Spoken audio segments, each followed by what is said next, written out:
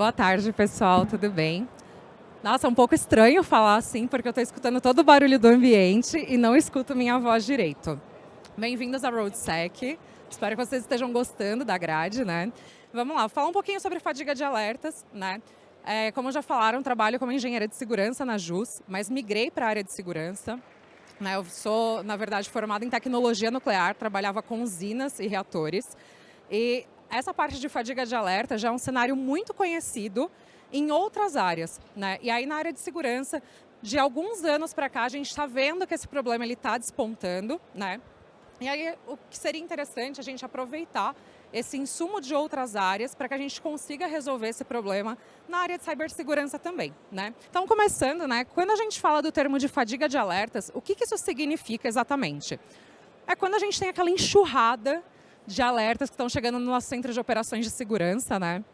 E normalmente esses alertas, eles são classificados ou como alertas que são falsos positivos, né? Ou são alertas de baixa relevância, ou seja, eles não apresentam uma grande criticidade para o nosso ambiente, né? E o que acontece para que esses alertas estejam chegando ali a todo vapor dentro do nosso centro de operações de segurança? Normalmente a gente contrata ferramentas e a gente ativa alertas só porque a gente pode ativar, porque as ferramentas permitem que a gente faça isso. Mas a gente não ativa os alertas baseado no contexto da operação da nossa empresa. Tá? Então é super importante que a gente entenda o nosso contexto de operação antes de sair ativando tudo que as ferramentas estão proporcionando para a gente.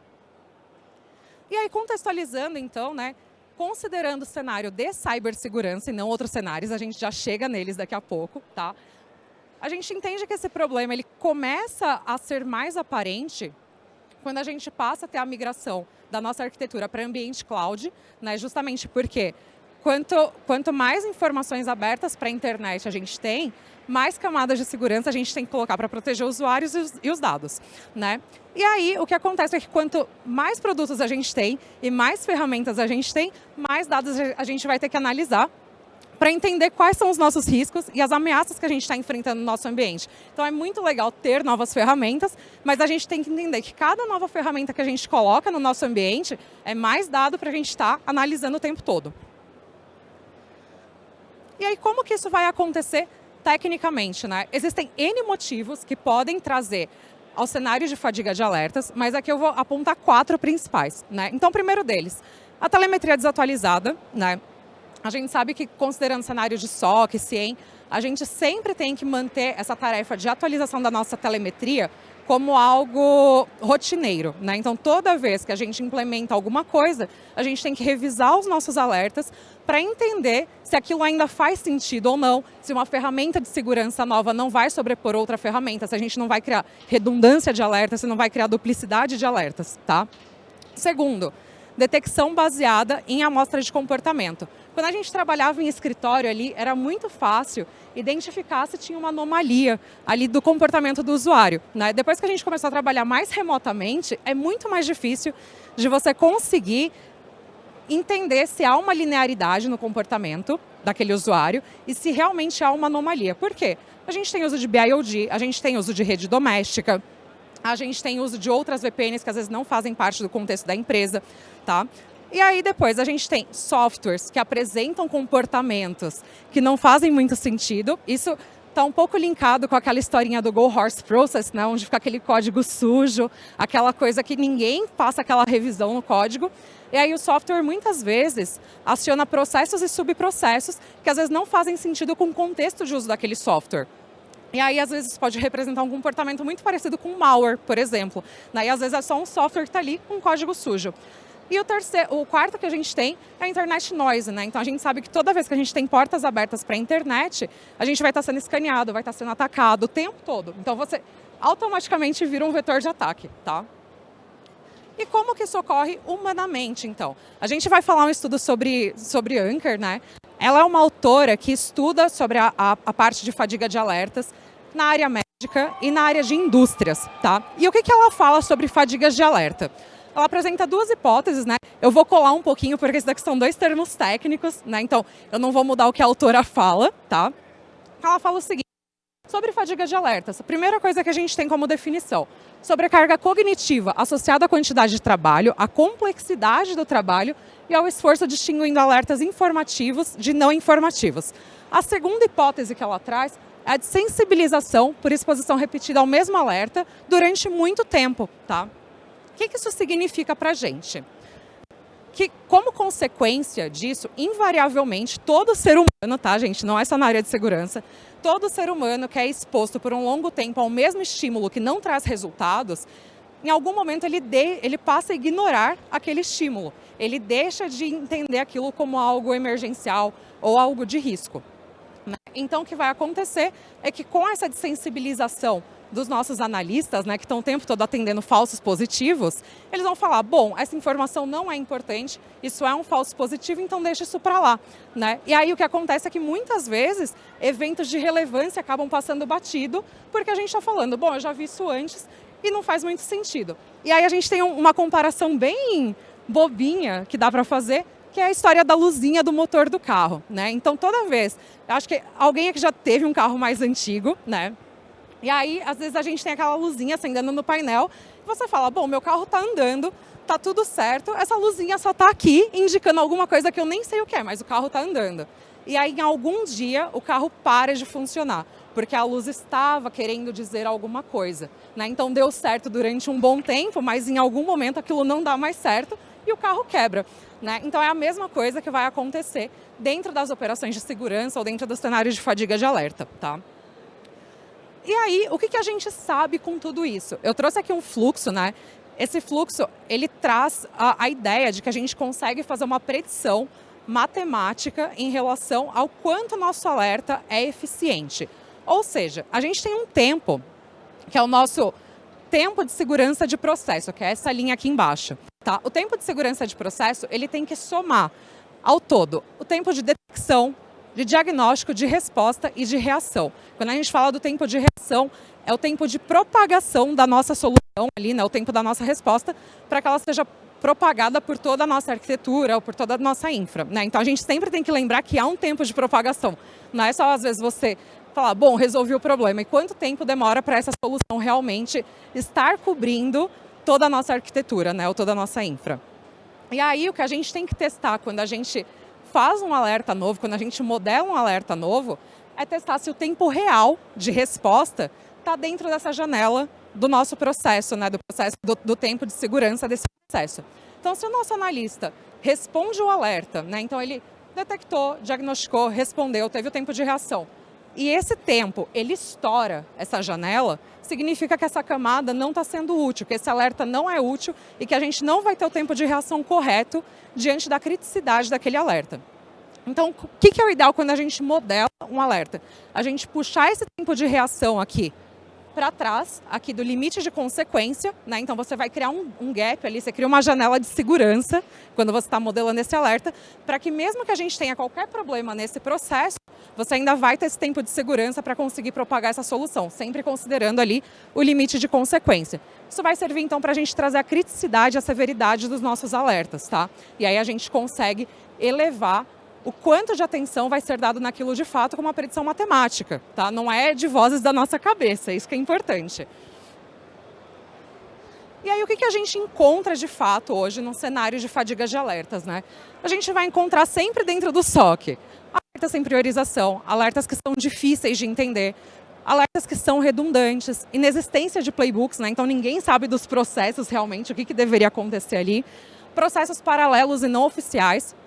Essa questão de processos paralelos e não oficiais é super importante, porque a gente, nesse ponto, trata da gestão de conhecimento, tá? Então, o que acontece? Às vezes a gente tem um analista que está lá há muito tempo trabalhando com a gente, e ele fala, bom, eu sei fazer isso. Mas os outros analistas estão na mesma página, sabem fazer isso também, sabem responder da mesma forma? A gente não pode trabalhar com processos obscuros, né? Todos têm que saber atender aquilo da mesma maneira. Então, a gente tem equipes operando com número de pessoal reduzido, falta de treinamento e despreparo para lidar com incidentes reais. Ou seja, é um cenário completamente caótico, tá? E aí, com isso, a gente chega nesse modelo do queijo suíço. Esse modelo ele já é bem conhecido para alguns de vocês, eu imagino, para outros não muito, né? Mas o que a gente tem que considerar? Que dentro de tecnologia, a gente tem 3 camadas principais principais. Então, camada de tecnologia, processos e pessoas, né? O que é mais difícil de você fazer previsão de erro e de falha? Na camada de pessoas. Tecnologia, normalmente a gente conhece as falhas do problema. Processos, a gente conhece mais ou menos. Na hora do vamos ver, às vezes a gente fala, putz, faltou um processo aqui, não está mapeado, vou resolver. Mas de pessoas, quando você trata de fatores humanos, é muito difícil de você prever qualquer comportamento, né? Então, o que a gente tem que fazer é criar camadas ali para que a gente impeça que o incidente crítico ocorra, ou seja, que exista um alinhamento de todas essas falhas e que a gente chegue a esse evento crítico, né? Existem 2 historinhas sobre isso que são bem interessantes, vou falar bem rápido sobre isso, mas só para vocês entenderem como é que as áreas se correlacionam de alguma forma.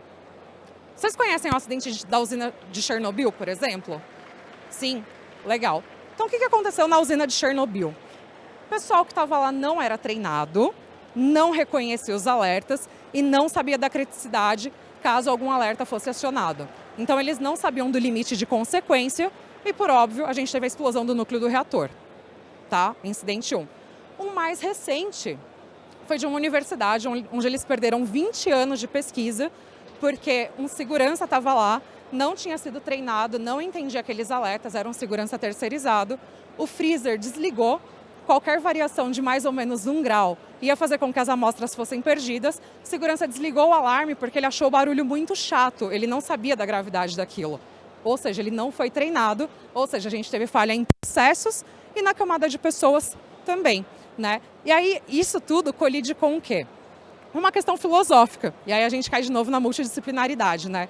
A questão filosófica é a seguinte: a gente tem a hierarquia de conhecimento, né? E o que é a hierarquia de conhecimento? A gente às vezes sabe que não sabe e às vezes a gente não sabe que a gente não sabe. Ou seja, na área de tecnologia, a gente sabe das falhas. Na área de processos, a gente tem ali uma camada em que a gente sabe que a gente não sabe. Ou seja, são processos identificáveis, a gente sabe onde estão os gaps. E na camada de pessoas, a gente não sabe que a gente não sabe, porque não dá para prever o comportamento de outras pessoas, mesmo com processos muito bem alinhados, tá? E aí, trazendo um panorama geral, né? Esse daqui é um estudo de 2021, onde fizeram um levantamento com algumas pessoas que trabalham na área de segurança, né? E aí, o que a fadiga de alertas traz para a gente de resultado?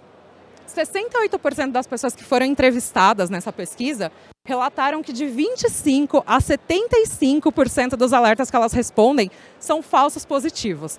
75%, gente, é um valor muito fora da realidade, tá? Tu não pode ter um centro de operação com 75% de falsos positivos todos os dias, tá? A gente tem monitoramento cego. Quase 50% das pessoas responderam que quando eles estão com a fila muito grande de alertas para serem investigados, eles simplesmente desativam os alertas para que não chegue mais alerta, né? Então, assim, aí eles sabem que aquilo fica gerando falso positivo. Eles vão lá, vão desativar.